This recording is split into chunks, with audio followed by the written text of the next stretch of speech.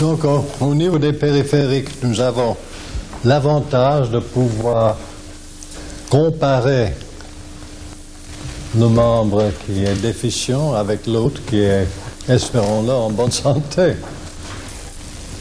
Donc, avant de faire quoi que ce soit, il faut savoir ce que la personne est capable de faire. Du côté sain, au niveau de l'articulation que vous voulez traiter.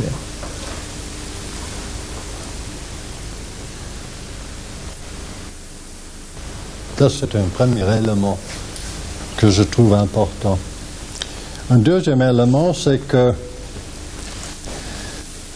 vous utilisez les deux mains pour fixer les deux os en présence dans une articulation. Mais pour être en contrôle de votre geste, il ne faut pas que ces deux mains bougent en même temps.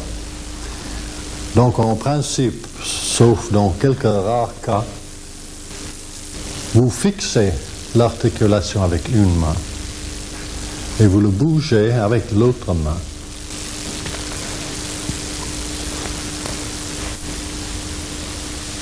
Ces mouvements périphériques sont très petits, quelquefois 1 millimètre à peine.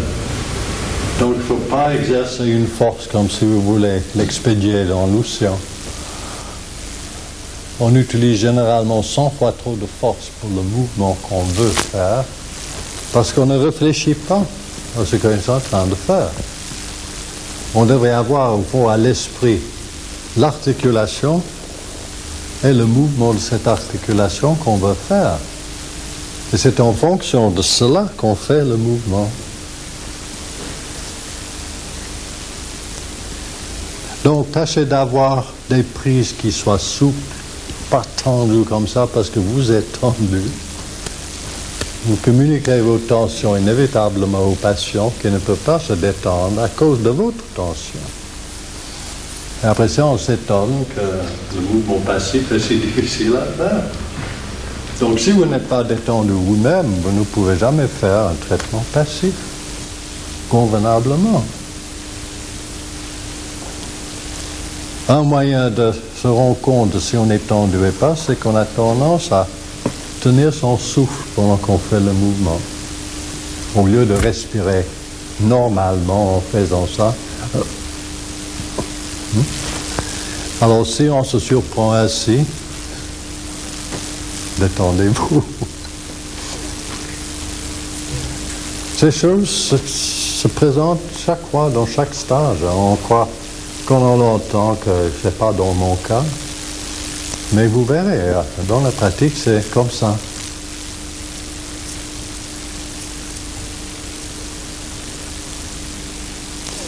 Il y a une certaine suite dans ces mouvements qu'on les applique à une articulation, et sauf pour le genou, on a avantage à commencer par une forme de traction.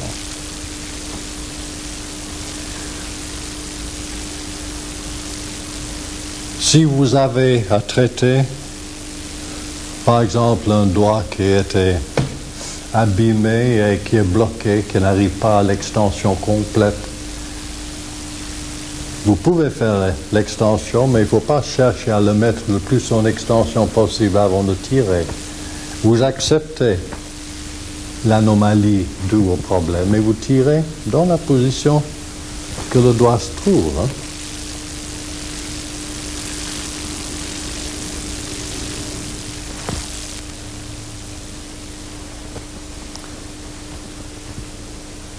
Beaucoup de ces mouvements sont dus au travail du Dr Menel. On y ajoute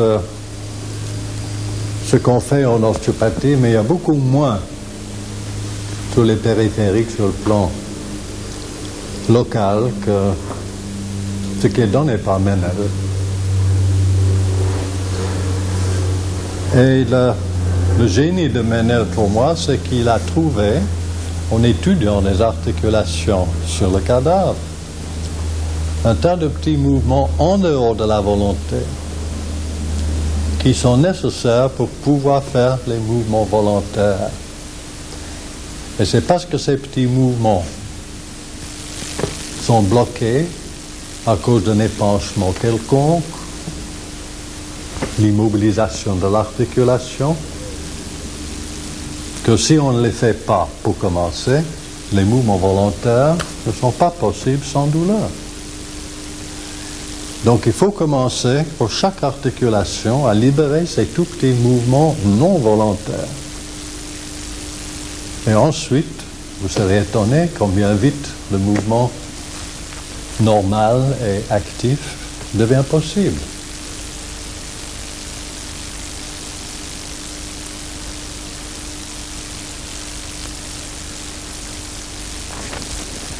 Voilà, ce sont les éléments théoriques de base qu'il faut garder à l'esprit. Donc il faut toujours fixer une partie de l'articulation et vous bougez l'autre partie dessus. Il ne faut pas travailler avec les deux mains ensemble. Autrement, vous n'avez pas de contrôle de votre geste. Et vous ne pouvez pas arrêter si jamais il y a un imprévu dans l'état de l'articulation. Parce que la douleur est une chose qu'il faut toujours respecter en manipulation. Ce n'est pas une question de crâner, il faut laisser... La douleur est un signe de quelque chose qui ne marche pas. Il faut trouver le mouvement qui va libérer cette douleur. Donc, si vous êtes en train de faire un mouvement qui provoque une douleur, il y a quelque chose dans ce mouvement qui n'est pas juste pour cette personne à ce moment-là. Il y a autre chose à libérer avant. Donc, il ne faut pas s'acharner en face de la douleur.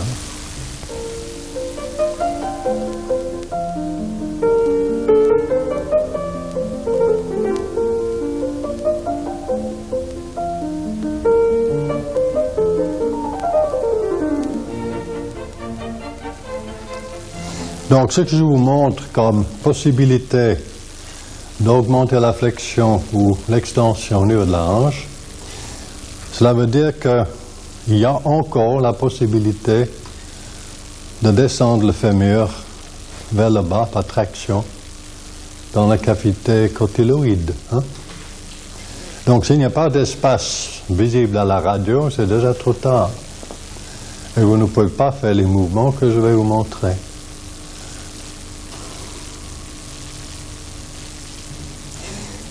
L'astuce de Menel, au fond, c'était de faire tourner le bassin sur le fémur. Donc, il n'y avait pas ce danger de bras de levier avec un col de fémur délicat. Alors, ça permettait l'emploi d'une certaine force, là où avec d'autres techniques, c'était trop dangereuse.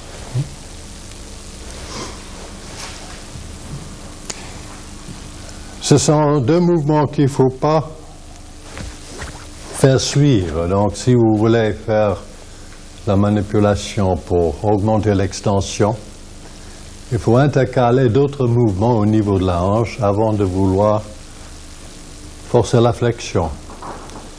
Parce que forcer dans un sens et tout de suite dans l'autre, ça aussi a son danger. Donc, dans un premier temps, ce qui est utile, c'est de faire une traction, justement pour faire descendre le fémur un petit peu, là où c'est possible.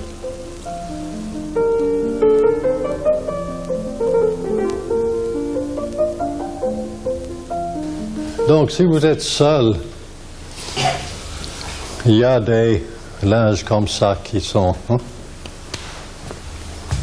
cousus ensemble, alors ça fait un rouleau. Alors vous pouvez fixer un bout de rouleau là, juste au coin de la table là, et ça tient. Mais si vous avez un collègue pour le faire, évidemment, c'est encore meilleur. Mais il faut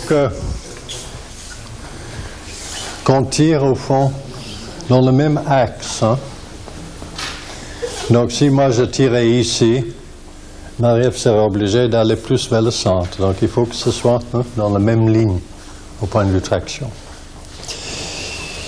Et il est bon de prendre la jambe juste au-dessus des malléoles pour que vous ne tirez pas inutilement sur les petites articulations du pied. Hein.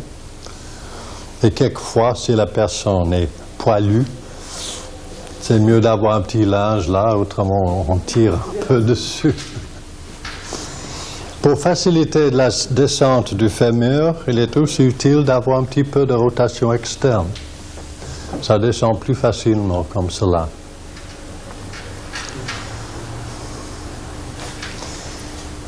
Donc tout ce qu'il faut faire en ce sens, c'est de saisir la jambe telle que je vous ai préconisé et vous laissez aller en arrière le poids de votre tronc. Et vous lâchez. Vous pouvez faire ça 2 ou 3 fois ainsi. Et ensuite, si vous le voulez, vous pouvez chercher à gagner un petit peu d'abduction, sous-traction, à partir de là. Vous commencez à faire quelques petits mouvements, comme ceci, en vous déplaçant lentement, en respectant la douleur toujours. Hein.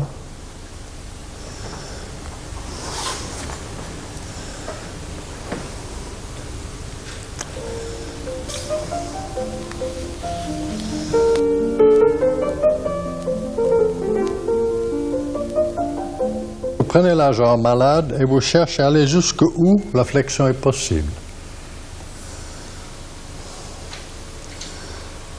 Disons, jusqu'à là. Alors vous demandez au patient de saisir son genou pour maintenir ce degré de flexion. Il ne faut pas, il faut aller plus en avant.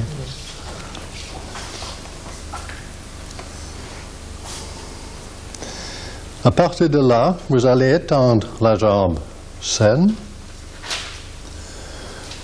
qui, dans un véritable arthrose, n'arriverait pas en bas sur la table. Il restera dans l'air comme ça. Donc ce que vous allez faire, c'est garder cette flexion-là fixe et vous exercez une pression en extension du côté sain pour le mettre sur la table. Ça fait tourner le bassin sur le fémur dans le sens d'une flexion forcée.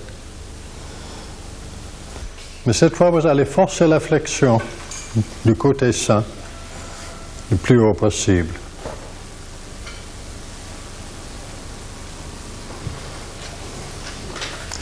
Vous allez étendre la jambe malade qui, naturellement, va rester en l'air.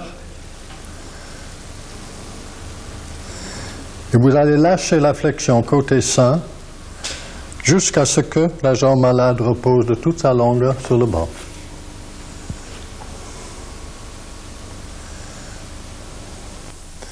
Et à partir de là, vous fixez cette jambe malade étendue et vous renforcez la flexion côté sain.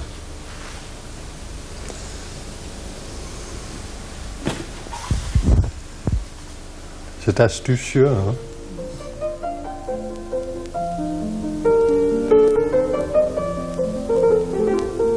Dans l'effort de gagner de l'abduction, ce n'est pas toujours autant une question articulaire que de contracture des muscles internes de la cuisse. Donc ce que nous faisons au fond, c'est de mettre le plus haut possible. Et vous allez faire ce massage transverse de la musculature interne tout en accentuant petit à petit le mouvement vers l'abduction. Et vous verrez qu'au fur et à mesure que ces muscles internes se détendent, vous gagnez.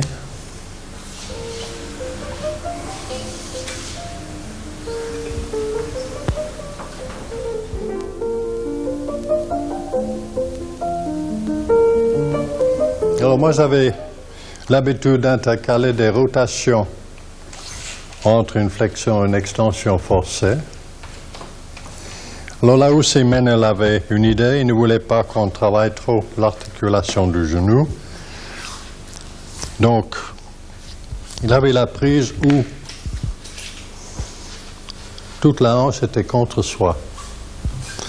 Et pour une rotation interne, externe, vous regardez la tête de votre patient Et vous tournez votre tronc.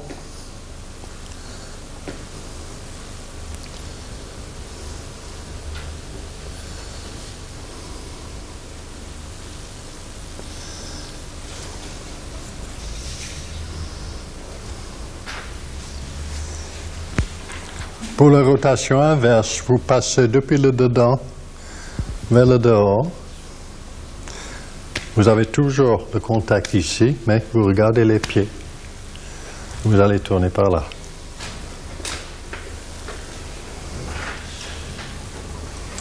Vous pouvez insister, aller beaucoup plus lentement que ce que je fais en vous montrant le mouvement. Tout doit s'adapter un petit peu comme rythme à votre passion. Alors dans le premier, où il y a un problème de rotation interne, vous allez mettre le fémur à peu près dans la mi-position de rotation. Il ne faut pas vouloir le forcer jusqu'à la limite. Il ne faut pas le garder tout en arrière non plus, mais juste vers le milieu. Et une fois que vous avez positionné cela, vous demandez à votre patient de vider les poumons et fermer la glotte, se pencher en avant en direction de son genou et maintenir cette position sans souffler le plus longtemps possible. Non, je ne sais pas si je vais vous bloquer là, mais je ne sais pas comment faire autrement. Moi, je mets le bord cubital le plus haut possible dans le creux pour pouvoir fixer ce mouvement. Donc, je pèse avec ce bord cubital tout en soulevant ici. Et la personne se penche là devant, en direction de son genou. Bon, alors videz les poumons complètement. Vous penchez dans ces directions-là, sans le tenir, pour qu'il y ait le tension musculaire. Moi, je vous tiens là. Quand ça ne va plus, vous lâchez. C'est bien, non? Voilà, ça va aller. Le cas de l'autre tension, rotation externe, la personne doit remplir les poumons et maintenir les poumons remplis le plus longtemps possible en s'éloignant de son genou. Donc, elle se penche en arrière, un peu en biais. On cherche à maintenir cette position-là, sans se tenir.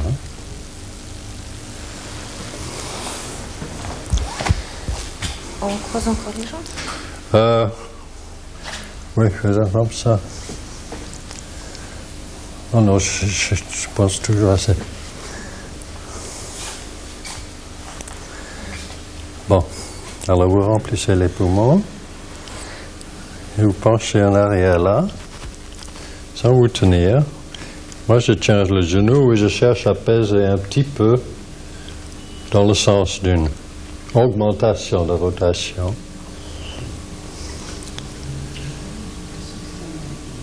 Quand ça ne va plus, elle lâche.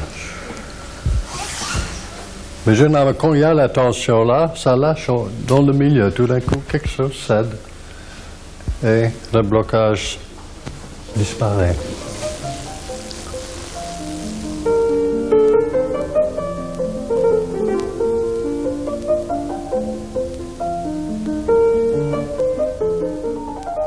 Il y a des micro-mouvements, on ne peut pas dire autrement. Dans le jeu entre le tibia et le fémur, ils sont tellement micros que vous ne voyez rien à une radiographie, rien l'indique au fond, sauf que vous avez des problèmes au niveau du genou. J'ai été appelé plusieurs fois à traiter des guides de montagne. Ils font une ascension sans problème. Et à la descente, ils ont de telles douleurs, il faut les mettre sur une civière. Une fois qu'ils sont en bas, ils n'ont plus mal. Vous pouvez faire tous les mouvements que vous voulez, vous pouvez tout regarder, il n'y a rien qui ne va pas. Mais dans certaines positions, c'est douleur atroce. Vous ne pouvez pas savoir d'avance ce qui occasionne cela. Mais en faisant ces petits mouvements, le problème disparaît. Vous ne savez toujours pas lequel était responsable. C'est à cause de ça que j'ai pris cette attitude un peu pragmatique là-dessus. Ça vous sauve un tas de temps inutile pour pouvoir dire théoriquement c'est ça. Il faut faire tel mouvement comme si les autres n'avaient pas de portée. Donc je passe en revue tous les mouvements. Donc au niveau du genou, vous pouvez avoir des déplacements latéraux de tibia sur le fémur, soit vers le dedans, soit vers le dehors. Vous pouvez avoir un coincement en adduction ou en abduction. Il peut même avoir des blocages en rotation, externe ou interne. On peut même avoir plusieurs de ces choses ensemble.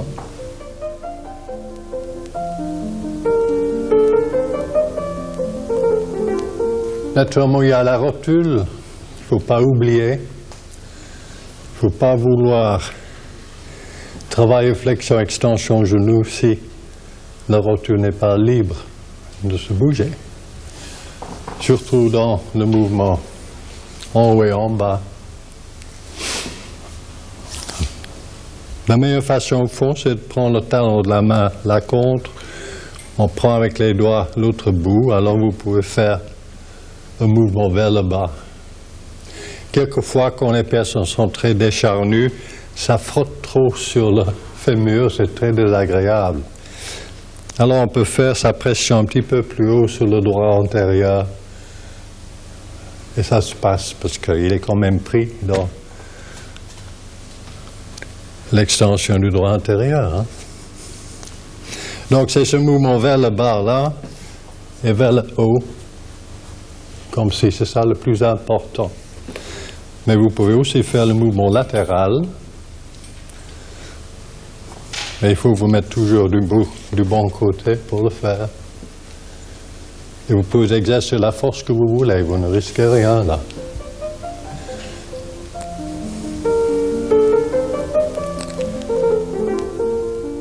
Alors s'il y avait un problème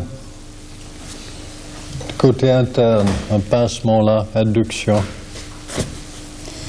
il suffit d'exercer une pression sur l'interligne avec une main. Vous prenez au-dessus des malléoles pour tirer la jambe vers vous, en même temps que vous exercez une pression sur l'interligne jusqu'à un moment de tension.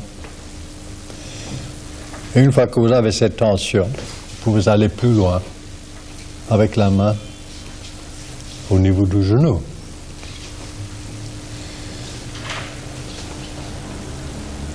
Si vous devez le faire dans l'autre sens, eh bien, il faut vous mettre de l'autre côté. Mais le principe, c'est le même.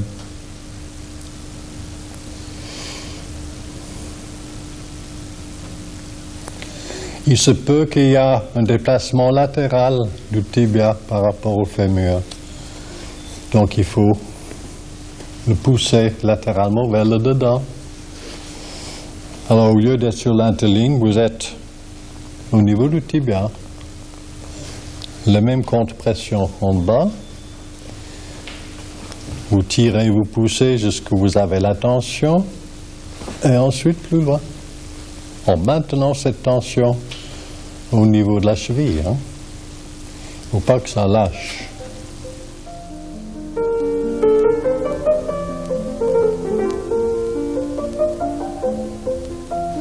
Le mouvement du tiroir n'est pas pathologique.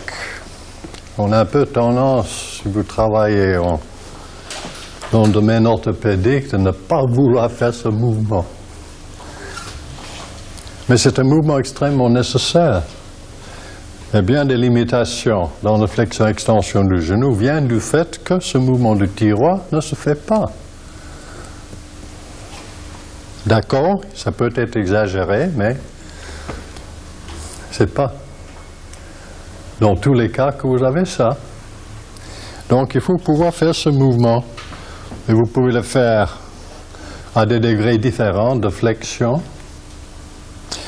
Si vous vous asseyez sur le pied, vous stabilisez un peu la jambe.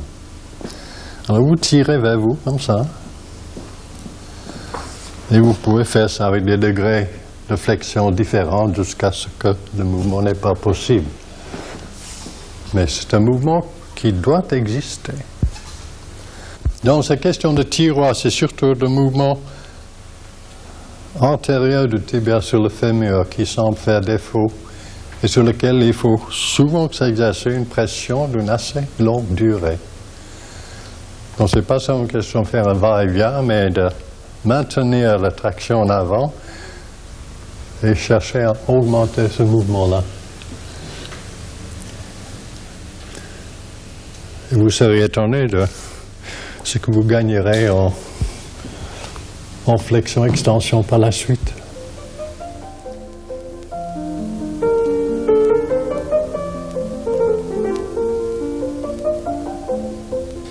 Il est utile aussi, au point de vue mobilisation au niveau du genou, de faire des flexions-extensions, pas seulement dans la position neutre, mais aussi en maintenant soit une rotation interne, soit une rotation externe du tibia sur le fémur, jusqu'au bout de ça.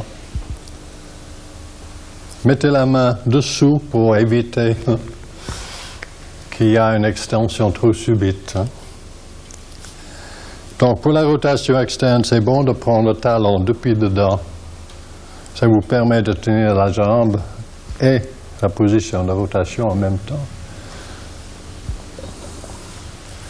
Pour l'autre, vous prenez comme ça.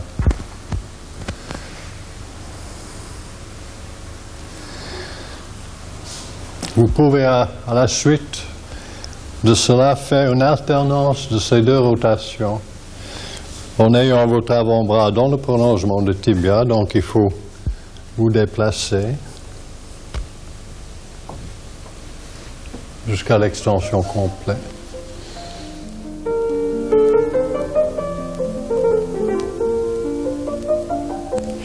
Ces trois façons de faire l'extension font partie des manœuvres pour le ménisque interne.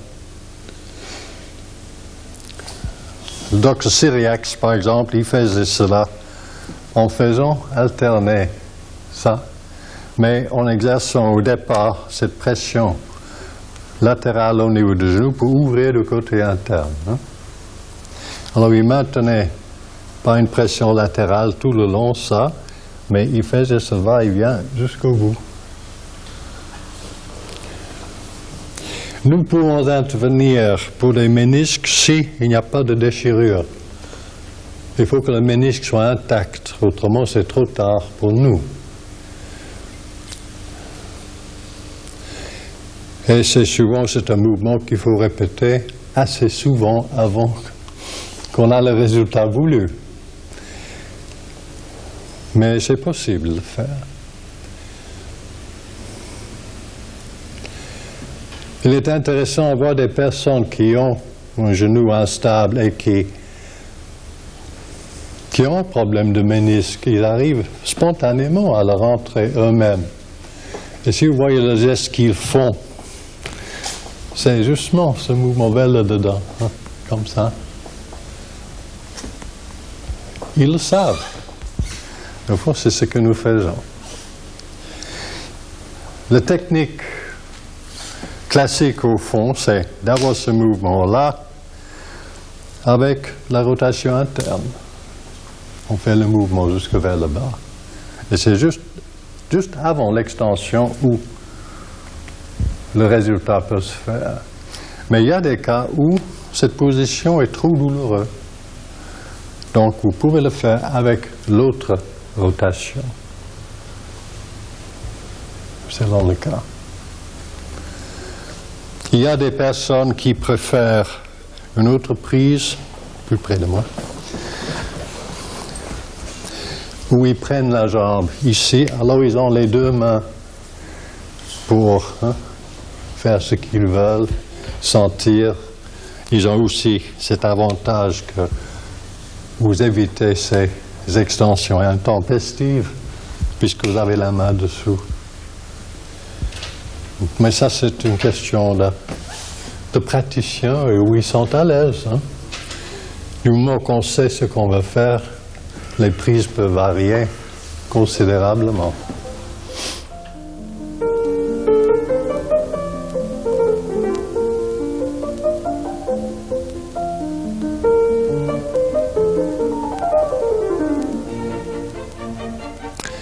Le déplacement du tibia par rapport à l'astragale, il peut être trop antérieur ou trop postérieur. Donc il y a des moyens pour régulariser ces situations. Si vous devrez postérioriser un tibia, c'est mieux ici ou là, c'est pas moi. Là, oui. Ici, ça va?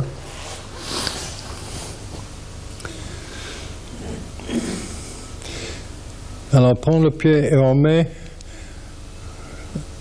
un petit peu de pression dans le sens d'une flexion plantaire. Bien fixer le talon. Hein?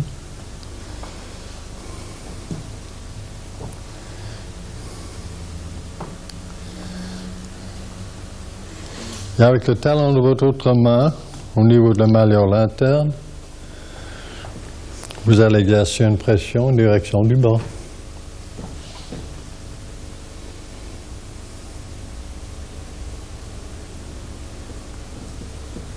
Il bouge.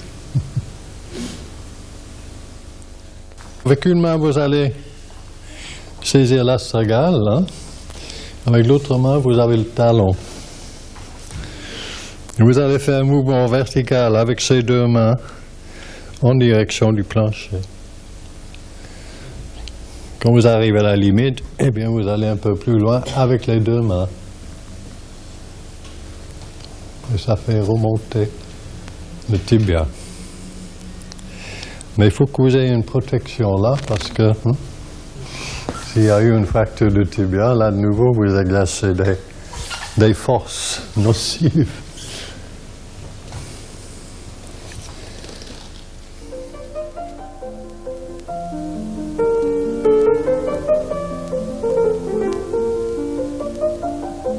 Les deux malléoles doivent aussi être libres de bouger, donc il faut vous assurer que ces mouvements sont possibles. Donc vous faites un petit peu de flexion. Vous fixez le talon bien dans le banc avec une main comme ça. Et ça vous permet de varier le degré de flexion, extension ici, pour trouver dans quel angle le mouvement se fasse le plus facilement. On n'a pas besoin de force, c'est seulement une question de savoir dans quelle direction selon la personne. Une chose importante, n'est-ce pas, si vous devez libérer ça sur une jambe où il y a eu une fracture du tibia, il ne faut pas que votre pression soit trop en oblique là-dessus, hein, parce que ça peut être dangereux. Donc, il faut vraiment être perpendiculaire par rapport au tibia dans votre pression pour faire le va-et-vient.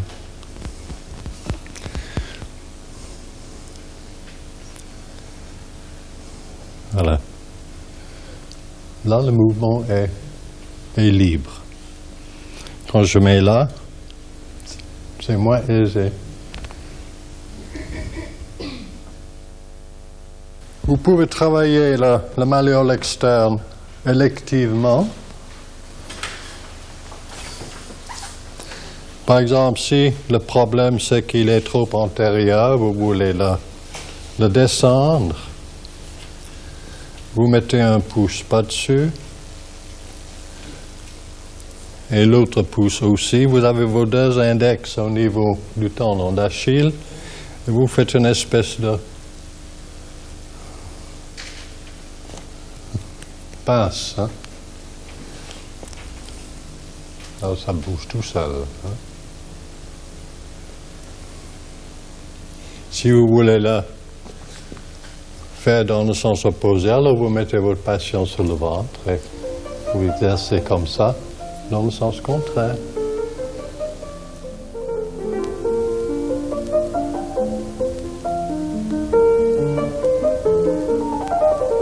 Il y a bien souvent des douleurs qui persistent au niveau de la malléole externe parce que le péroné est bloqué en haut, au niveau du genou.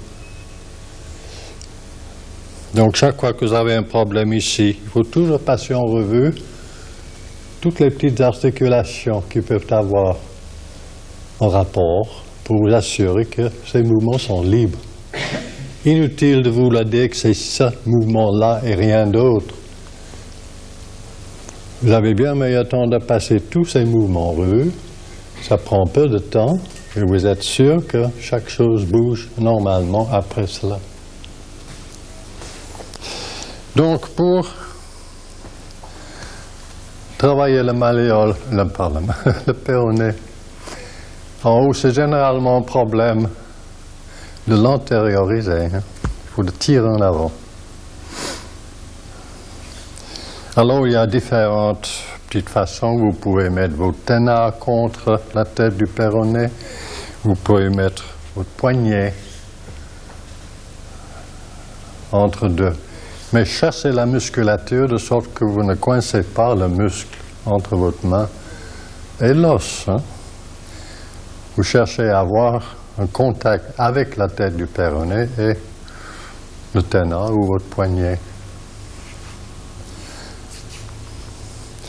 Après ça, vous faites une flexion assez complète de la cuisse et de la jambe sur le genou. Et vous allez mettre la jambe en rotation externe, de sorte que vous ramenez le péroné encore contre votre poignet. Alors, la façon de le faire, c'est en tirant sur le talon là, vous arrivez à faire cette rotation.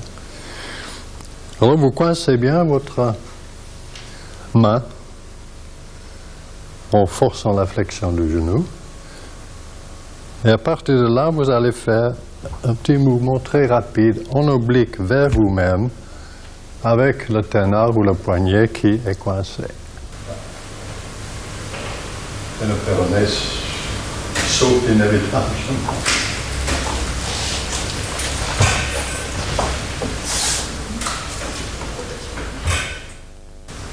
Si jamais vous devrez déplacer le péroné postérieurement, c'est pas difficile, mais c'est beaucoup moins souvent nécessaire.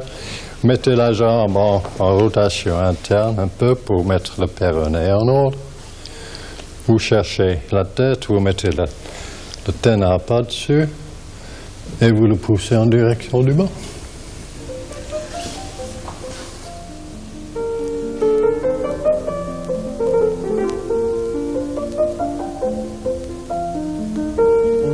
L'articulation qui est le plus important à manipuler là, c'est le sous-astragalienne.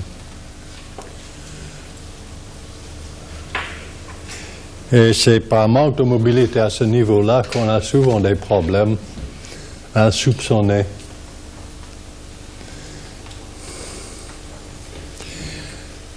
Il y a bien des fois où on a pu éviter des opérations où le chirurgien dit oh, il faut bloquer tout ça.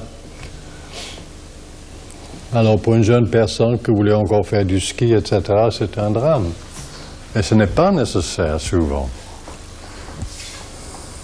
C'est parce qu'ils ne connaissent pas ce mouvement au niveau de cette articulation. Quelquefois, c'est si bloqué parce que ce qui arrive bien souvent, malheureusement, surtout dans les fractures au niveau du talon, le calcanéum, on vous met dans le plâtre, dans une mauvaise position. Alors tout ça est naturellement très figé quand vous êtes appelé à intervenir. Alors on croit que c'est trop tard.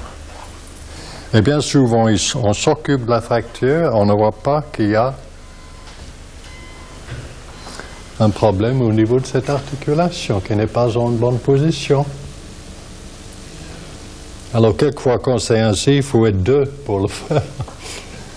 C'est pas une petite histoire, mais c'est possible. Et on est arrivé bien des fois, justement, à éviter cette opération avec cette manipulation. Il n'est pas très facile à démontrer qu'il n'y a rien, mais les principes sont là. Vous prenez le pied avec votre ténard vers le côté interne du pied et vous saisissez le calcaneum uniquement. Il ne faut pas que vous débordiez sur l'astragale. Hein. Alors avec cette main-là, vous exercez dans un premier temps une petite traction vers vous. Alors l'astragale ne vous donne pas beaucoup de place. Hein. Vous ne pouvez pas le saisir avec toute votre main, mais seulement avec le bord cubital de votre main gauche. Ce qui importe au fond, c'est d'avoir le pisiforme comment dirais-je là, un petit peu distal par rapport au malléole externe. Et vous saisissez l'astragale de cette manière-là, et vous faites un mouvement de nouveau en arc de cercle vers le dedans, avec contre-pression du ténard vers le dehors, et avec le pisiforme vers le dedans. Mais ce n'est pas tout à fait latéral, c'est un petit peu comme ça. Et puis il faut regarder l'articulation pour vous rendre compte. Il est évident que quand vous avez l'articulation bloquée en mauvaise position, vous devez peut-être trouver dans quel angle il faut pousser avec votre pisiforme dans le cas particulier. Donc vous faites des essais, disons, tout droit, un petit peu en oblique là, un petit peu en oblique là, jusqu'à vous sentez où ça peut aller. Donc c'est une question de sentir ce qui se passe avec vos pressions.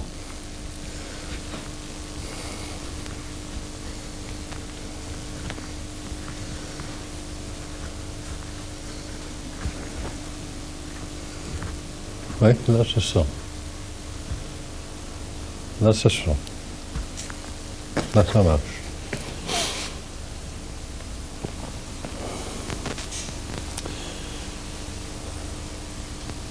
Donc, quelquefois, quand c'est très bloqué, il est bon d'avoir une personne qui prend le talon et l'autre personne, il a les mains pour faire le mouvement par-dessus. Hein.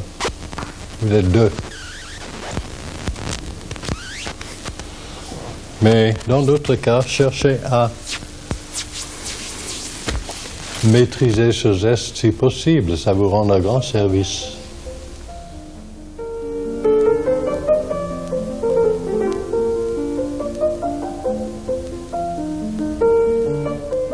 On arrive au scaphoïde.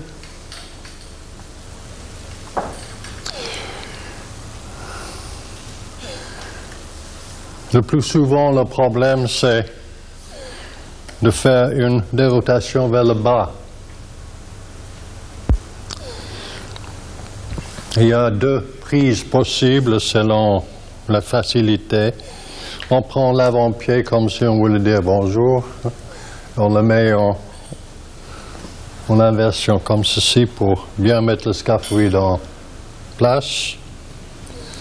Vous pouvez chasser la peau de sorte que vous n'allez pas glisser dessus. Vous mettez le bord cubital sur le scaphoïde. Et à partir de là, vous faites un mouvement en direction du banc et légèrement vers le dedans. Là. D'autres personnes préfèrent pousser plutôt que tirer, donc ils changent la main qui tient l'avant-pied. On pose ici, on fait le mouvement là. Au lieu de faire ça, on fait ça. C'est un choix, c'est pour faire la même chose. Il y a des fois où il faut le remonter. C'est assez rare, mais ça peut arriver. Alors dans ce cas-là, il faut repérer le scaphoïde et vous allez mettre la racine de votre index juste dessous pour que vous puissiez le monter. Alors vous faites votre collier. Une fois que vous avez le contact, index, scaphoïde. Alors vous allez faire un mouvement de cette main-ci dans ce sens-là. Donc il faut faire un mouvement dans le sens inverse au niveau des métas pour créer la tension. Une fois que vous avez la tension, vous allez plus haut avec cette main-ci.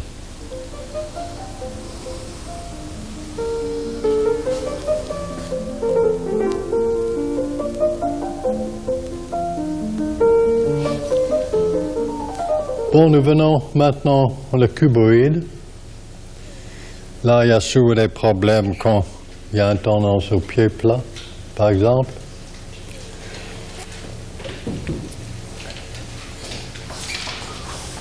Le problème est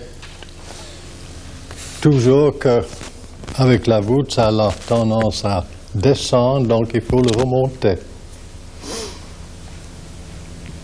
Là, il y a plusieurs techniques. Vous pouvez choisir ce qui vous convient le mieux. Je vous les montrerai. Donc, si c'est pour une jambe droite, prenez le talon, vous le passez dans votre main droite et mettez votre pouce au niveau du cuboïde. Il est juste proximal par rapport à l'apocriste de Louis V.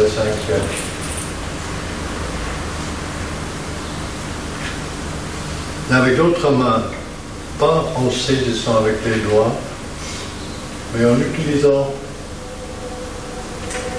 toute la main. Vous allez faire une inversion du pied en résistant avec votre pouce. Le cuboïde participe à ce mouvement si vous le laissez libre. Donc si vous avez une résistance et vous forcez l'inversion par-dessus, le cuboïde monte. Mais il faut avoir le pouce solide pour ça et quelquefois il y a dans une autre position couché sur le ventre. Vous pouvez faire la même chose en utilisant d'autres éléments qui sont utiles dans les cas de pied plat. Donc avec une pression sur le talon ici, et avec cette inversion-là, vous pouvez au fond raccourcir le pied, ce qui reforme la voûte. Vous pouvez utiliser n'importe lequel des doigts pour fixer le cuboïde qui est là, mais utilisez le talon de votre main pour raccourcir le pied d'abord, hein, et ensuite vous faites votre inversion contre la pression du doigt sur le cuboïde. Là. Il y a une troisième technique où le patient est debout en bas de tas, dos contre moi, et vous me prêtez la jambe.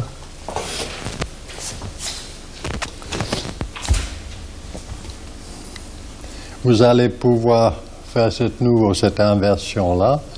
Donc, mettez le pouce de l'autre à ce niveau. Il ne faut pas trop forcer la flexion plantaire hein, quand vous faites ces mouvements.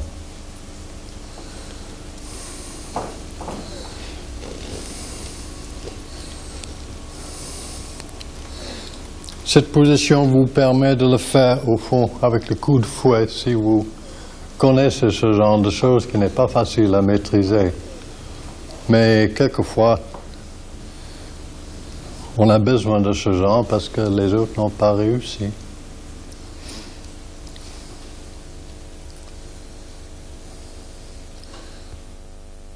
Toujours faire ce mouvement-là et vous bloquez le mouvement. Il y en a qui arrivent à mettre les deux pouces là-dessus et font comme ça. La seule chose, c'est de ne pas trop forcer cette flexion plantaire.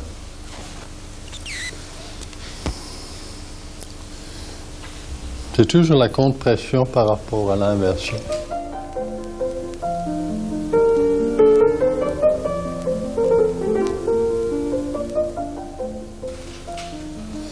Vous pouvez aussi travailler sur les trois cunéiformes de la même manière, donc vous pouvez remodeler, au fond, le pied dans cette position.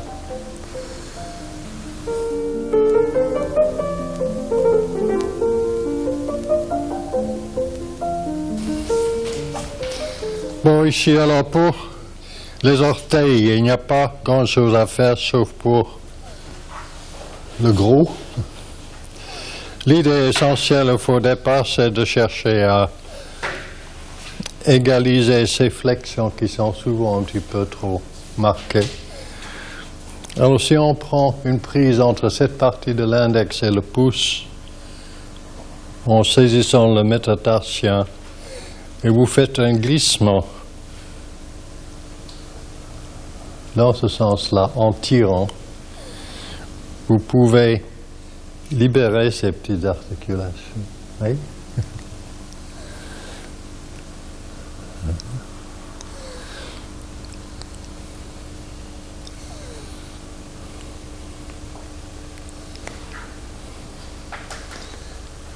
Bien souvent, vous avez des crépitements tout le long avec ça.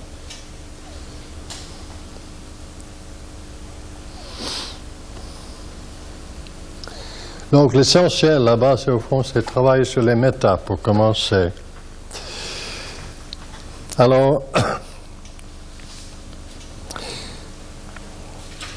ce qu'on appellerait un mouvement antéro-postérieur n'est pas le mouvement physiologique vrai qui vous permet le plus grand mouvement.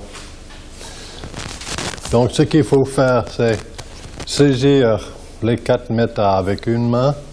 Vous avez l'autre qui saisit celui que vous voulez travailler, ici le 5e. Vous cherchez à le dégager, le 4e, et le faire passer par-dessus l'autre.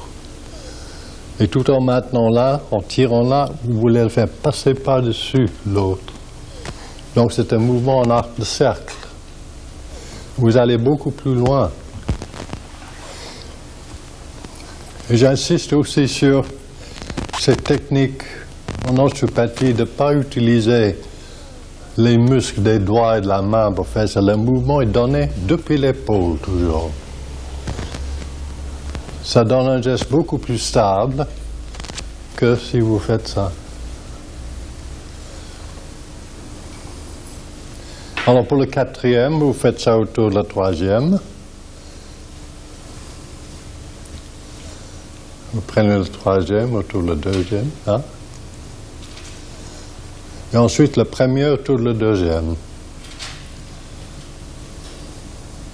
C'est naturellement le 1er et le 5e qui ont le plus de mouvement.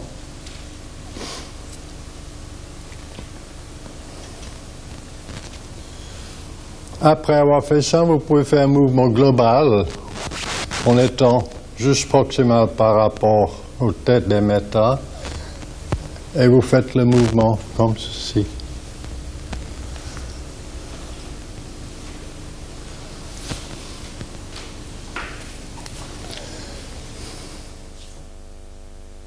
Alors, il y a le mouvement global des métas.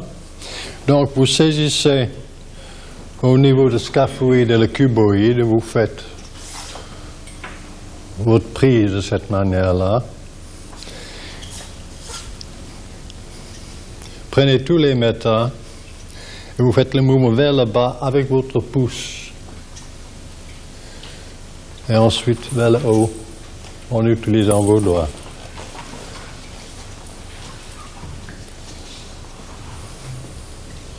Bien fixer le talon avec cette main-ci. Ensuite, vous faites une inversion de cette région.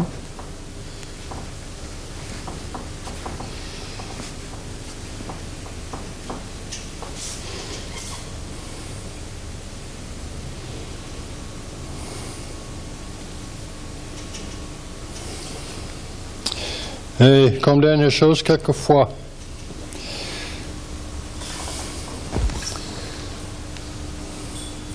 au niveau le jambe méta et le tarse, vous avez une certaine rigidité. Donc si vous mettez votre bord cubital au fond à ce niveau-là, vous exercez une pression par-dessus d'abord avec tout le poids de votre tronc et ensuite le petit coup que vous connaissez maintenant. Ça libère souvent certains petits obstacles là.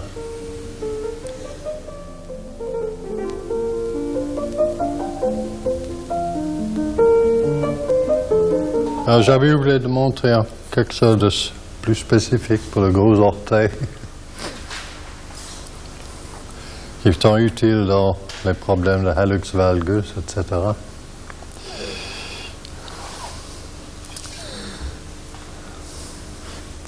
Donc il faut saisir le méta entre le pouce et l'index d'une main. Et tu prends l'orteil avec l'autre et sans tirer, vous allez faire un mouvement antéro-postérieur, mais qui sera en arc de cercle. Et pas simplement en haut et en bas.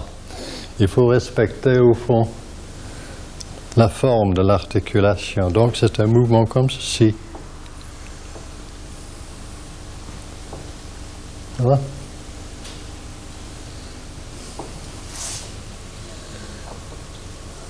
Et vous pouvez aussi faire un mouvement latéral qui n'est pas simplement ça, mais en maintenant le contact des deux surfaces articulaires, vous ouvrez d'un côté à l'extérieur, vous revenez à la position moyenne et vous faites le mouvement de l'intérieur après.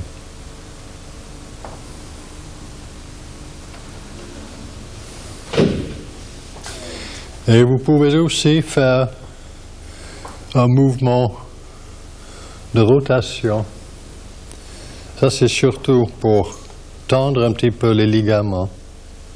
Si vous prenez entre le médius et l'index de cette manière-là, je ne sais pas si vous voyez.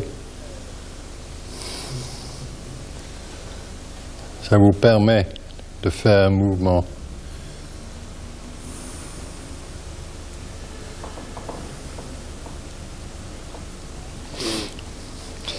Et quelquefois aussi, dans la racine de premier méta, il y a des blocages, de sorte que si vous prenez, en faisant votre collier au niveau scaphoïde et cuboïde là, d'abord, vous saisissez le premier méta, vous faites aussi un mouvement d'arc de cercle là. C'est plus puissant que ce que vous venez de faire, mais souvent on est obligé d'insister un peu là.